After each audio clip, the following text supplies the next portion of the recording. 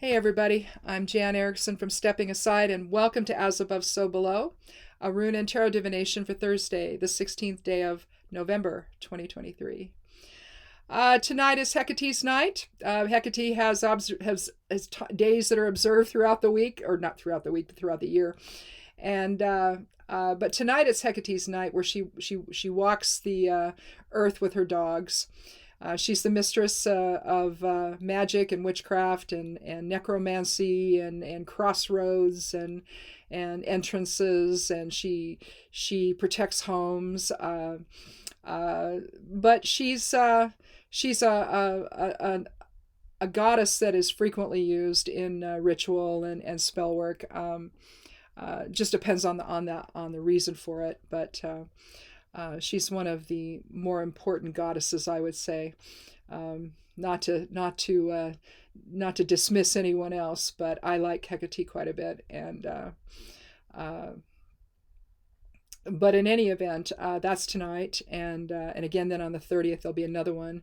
You can just Google Hecate and you'll see what are the days of Hecate, and you can see all the different ways that she's celebrated.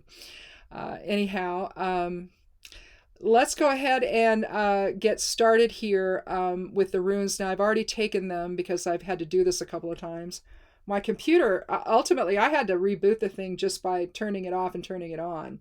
So I had to do a hard reboot. And I tried to just reboot it, from up on the screen, but it wouldn't do it. It went so far and just stopped. I'm like, oh, great. And so anyway, but it did it during the time of the cards, when I was talking about the cards. And so I'm going to keep the runes, and I'm going to take new cards. And I'm just kind of, I look at things and it's like, okay, when did it happen? So what do I need to do? I need to do the whole thing, or what do I need to do here? But I think it keeps telling me, particularly with the runes involved, I think that they're in such alignment that I want to keep them. Let's talk about the first one, the above side of things. The higher self side of things here is Rado, the fifth rune of the Elder Futhark. Rado is an interesting rune. It's a bind rune in and of itself. I can see Isa, Laguz, Vunyo, Kenaz forward and reversed here. So there's a lot of energies associated with Rado, but essentially Rado is rider and horse. So it's about that integrative journey you take in form. So at its highest level, its highest vibratory interpretation would be the integration between soul and ego. But from the external side of things, or the lower side of things, then you would see it as integration with other people. And so maybe this has to do today with a collaborative experience you need to have with other people. Looking at conjunctio, the lower side of things, the geomancy rune, this means joining in union. So you see why I want to keep both runes here. They are in alignment so well that one almost means the other. And so I really think that it could be that, especially on the higher awareness side of things, maybe collaboration with others is not your cup of tea. Maybe it's something that you prefer to work alone or independently, and now suddenly you're forced to have to work with other people. It's like, oh my God, what do I do? But the integrated, but this could be something your soul needs, essentially, right? To be able to understand something that you came into this life to work through. And experience. So it's kind of interesting. Lately I've been getting, I would get something that was like that, and then I'd get carcer, which is self-imprisonment. So it's like, they're telling you to do this thing, and it's like, no. And so I think so. It's kind of cool that I got both of them here to start the reading out with. But let's go ahead and see. I've shuffled so much here already. I'm just gonna. And last time I dropped cards on the floor, it's like, oh boy, here we go. What's today going to be like? Fortunately, we both got our COVID shots, so it doesn't have anything to do with that. Let's go ahead and take the, this is interesting. Every time I take cards, I get two from the court and one from the suit of wands. And so the same thing is happening here. again. Only this time, instead of the court cards being from the same suit, which they were, cups was one, pentacles was another. We have one from one from swords and one from cups. So let's see. I don't know what I want to start out with. We have the Knight of Cups, the Page of Swords, and the Three of Wands.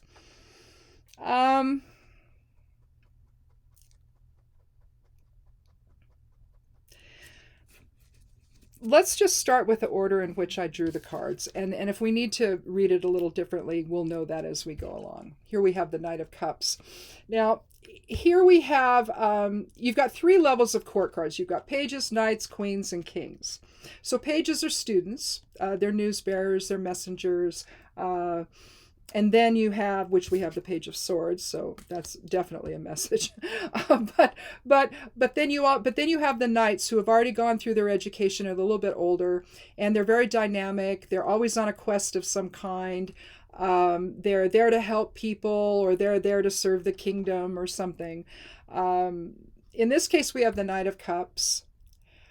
We see him on his gray horse there. He's holding out a cup and offering. You'll see that with all of the knights. They're holding something out, an offering. In this case, with cups, it's a chalice. You see the winged sun on his helmet there. The visor's up. He's not in battle. He's there to offer assistance and compassion. If this is about... Now again, the court can be looked at in two different ways, either about the individual on the card, so this could represent you, the knight could represent you in this situation, this collaborative situation where you're there to offer some compassion and support to somebody. You have maybe a little bit more experience than, say, the student would, and or the page would, and you're there to offer just a little bit more support and compassion for something that's going on. Maybe there was something that happened in the village for this, and this knight is here to come and help them. Maybe something dramatic happened, maybe a flood came through or a fire came through, and he's there to help support people. You see the winding river or creek in front of him that looks almost like the horse is getting ready to step into or step over. You see the kind of the cliffs over here. It looks like there may be some kind of either a tree or maybe there's a dwelling on top. It's all dark, so I can't really see any definition there. But the Knight of Cups is somebody who's romantic, he's chivalrous, he's passionate, he's a visionary, and he sort of signals the arrival of something. So you may be a new member in a collaborative experience here, a collaborative group. You may be a new member, you may be somebody they've asked for advice or something, or support, and maybe you're wondering, well, how am I going to do that? And so you're almost putting your best foot forward, essentially, to do that. The Page of Swords, though, on the other hand, which is next, you're looking at someone who takes risks. They're vigilant, intelligent, diplomatic, it can be petty. One thing I find interesting about this card is he's leaning into the future, he or she. It looks more like a guy, though. Here the face looks more male than female. Some other kinds of decks, like more hermetic oriented decks, like the Thoth Tarot and other ones like that from that maybe are Golden Dawn oriented decks. They're going to call him the princess, and then the knight will be called the prince, and so they change the names on him. But here we have, and so they view the page as a female. But here you can't really tell. I think it's probably more like a man, a boy, a young boy, or a college age student or something. But you see the birds in the air. They've kind of created a lasso type of like he's lassoing something into the future, but he's leaning into the future. You see the clouds seem to be moving in the direction that he's going, right? He's holding his sword up. You see what looks like wind here moving the trees. And it almost looks like the ground is moving under his feet, doesn't it? You see some mountains over here. But swords reflects the air element, so that's our intellect, it's reason, it's truth, it's deception, it's rationale, it's analysis, decisions. And so, whereas you come into the collaborative experience, let's just go with that one, with as someone who's there to support with a little more experience, you can give some advice. You got more experience in what these folks are doing, and you're there to offer your help, basically. The intellectual side of this has to do with seeing the future, but with an eye to the past. So past experience, if you look at these two together, and that's what's fun to do with court cards. Are they talking to one another? Are they connecting in some way to one another? And if he's offering his experience, then he's looking to the past to actually maybe express that in some way. So you get into the group, you're there to offer you're offering your support, and you're offering what you know about things. So it's not just support, it's also intellectual stuff. It's the how to do something, maybe the way to proceed, the way forward, perhaps, with the Page of Swords. So it's a new message that this is not anything they've ever heard before. So there may need to even be more support from you to get them to feel comfortable, maybe, with the message you're bringing. So it's not only emotional support, but it's also the message that you bring, with an eye to what you know, with the eye to your experience, because he's looking backwards, but he's leaning into the future to clear out the confusion. Sometimes when they're darker, you think deception or the unknown or something. But here, maybe it's just some cloudy thinking on the part of the group that you're maybe going to advise. And then from there, when all is said and done, we have the Three of Wands here. Now, if you refer back to the Two of Wands, and maybe I can find that really quickly here, so you can see what I'm talking about. But in the Two of Wands, he's looking in the opposite direction, but he's going through a doorway created by one wand and then one that, or staff, but they consider it a wand. But he's also holding one, just like he is in this one. You can see him holding the one staff, and he's gone through the doorway.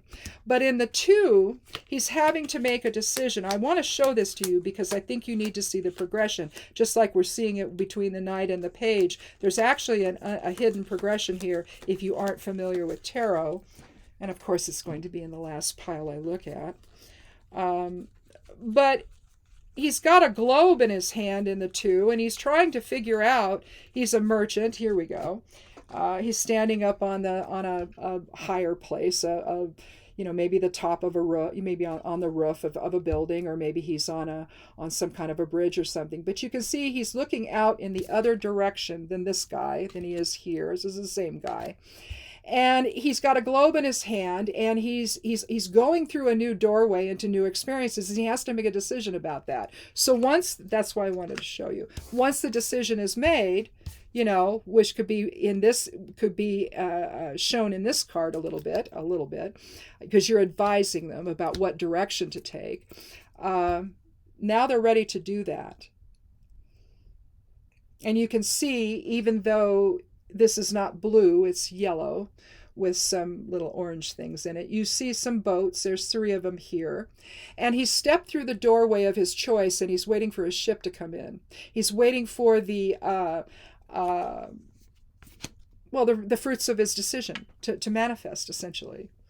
And it's interesting because, being the 3 of Wands, you're looking with the numerology of 3, you're looking at something that is...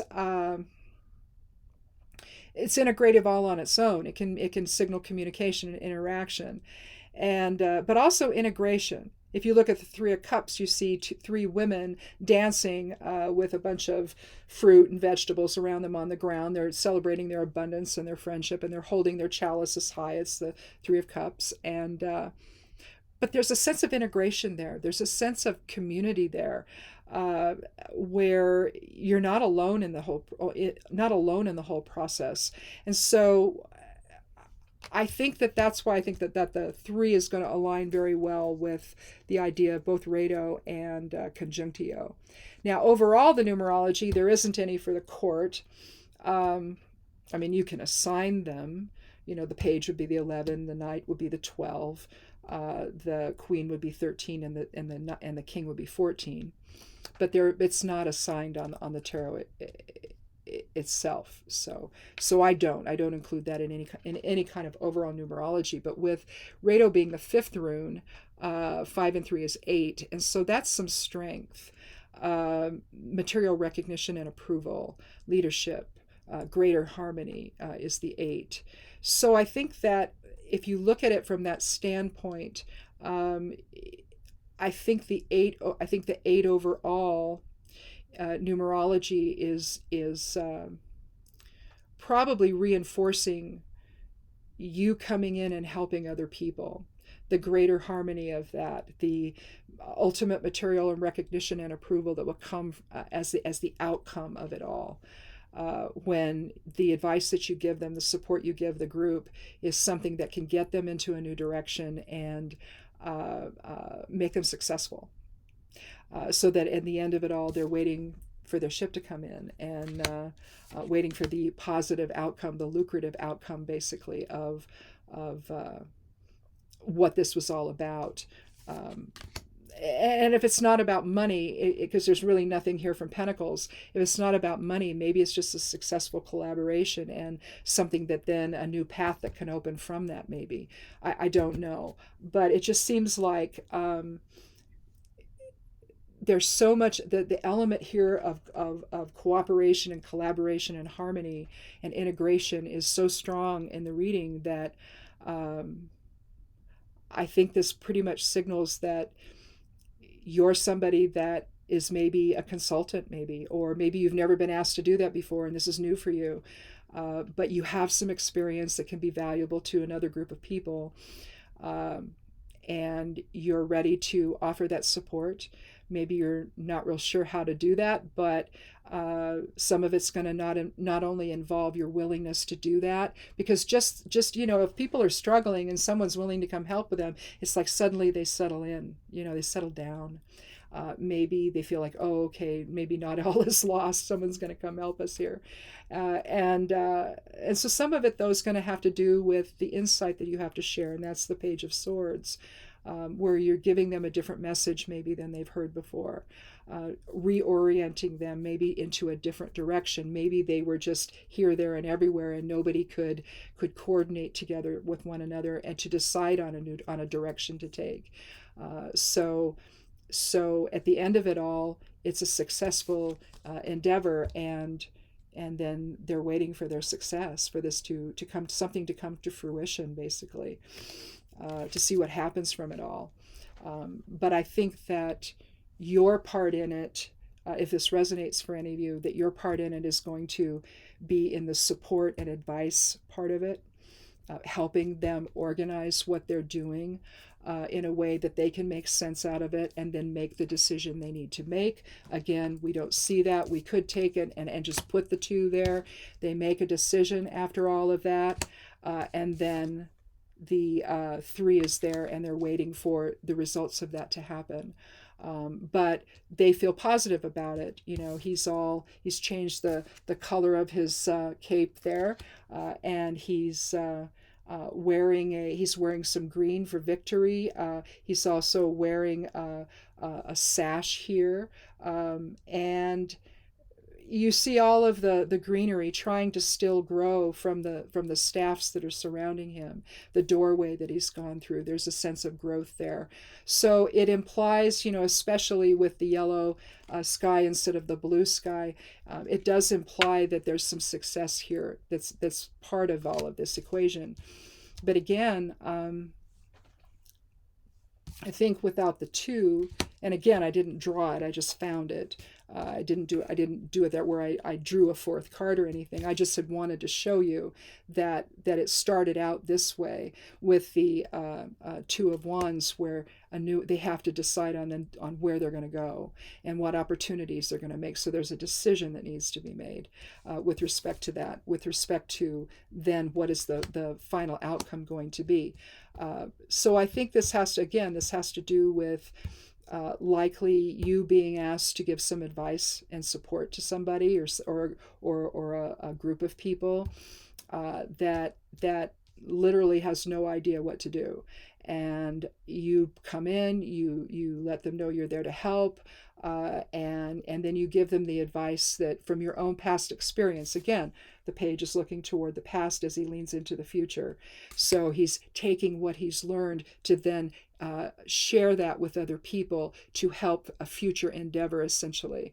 Um, and so if that's the case, then that could be a very positive thing for you, just to have that sense of satisfaction that you were able to help somebody else out in need, and be able to give them good advice and advice based on your own past experience, that then helps them make the decisions they need to make, which is this, and then they can then sit back and watch what happens.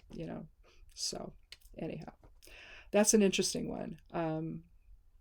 It's pretty specific. I like to keep things a little more general than that, but I don't know. I think that when you're getting a couple of cards from the suit of from the court, irrespective of what it is, especially, you have a choice. You can look at the qualities of them, of each individual on the card, or you can look at them as individuals themselves, and either you as that individual or somebody you need to contact for help or advice or something, that may come into or may come into your orbit and mess things up, like they're trying to be Mr. Authority or Miss Authority and trying to control everything, right? Especially if it's the king, if you draw the king, may try to come in and assert authority that isn't necessary. So it doesn't feel like this to me. It just feels like this is help and assistance with the knight and the page. And it just seems to me that it's with the integration and the union and the joining and the collaboration between Redo and Conjunctio, it just feels to me like you're the person they're calling on, and you're the one that has the insight that can help them. So anyhow, see if that resonates, and maybe not today, but maybe in a few days it will. Or if you're on the other end of things and you need somebody like that, then you need to find somebody that's going to be compassionate and supportive and has some insight that they can give you to help you along the way. So you can look at it really two different ways here, I think. So maybe that's the general aspect of it. It's not just one thing. But anyhow, I guess that's it for a Thursday. Anyway, at least I got through it without my computer glitching out on me. I don't know. Sometimes it happens. Usually it doesn't, though. I've been really fortunate with this computer that I don't really have any problems with it, which is nice. When I first started doing these readings, I mean, I sometimes I was outside. Sometimes I had this Windows laptop, and I still have it, but I use it for my SolarFire software and my human design software, because they don't run on Windows like that. Not that particular versions. They don't run on Windows, and so, or they don't run on Mac rather. They only run on Windows, and so I still have that one, but I don't use it for this anymore because it used to freeze and it used to do all kinds of weird stuff because there just wasn't enough memory or something. I don't know. And then I have another Windows desktop that I was using, and it didn't work out either. And then I got this one, and it's been great. I've had it for a couple of years now, and it's really does well. I like it a lot. But today, it was just saying, no, reboot me. Please. So anyway, thanks for watching. And if you haven't yet clicked subscribe, I'd love you to do that. And if you've come back, thank you so much. I appreciate it. Check out the blog. I write a blog. It's called Stepping Aside. It's over at imsteppingaside.com. If you forget the web address, just click on more below the video and a little box will open up, and it has a bunch of stuff in it. But at the top is the address to the website.